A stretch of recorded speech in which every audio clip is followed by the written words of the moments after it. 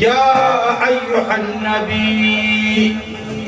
انا ارسلناک شاہدا ومبشرا ونذیرا وداعیا الی اللہ باذنہ وسراجا منیرا۔ عن ابی ہریرہ قال رسول اللہ صلی اللہ علیہ وآلہ وسلم لا يؤمن احدكم حتى اكون احب اليه من والده وولده والناس اجمعین۔ مبارک ہے وہ لوگ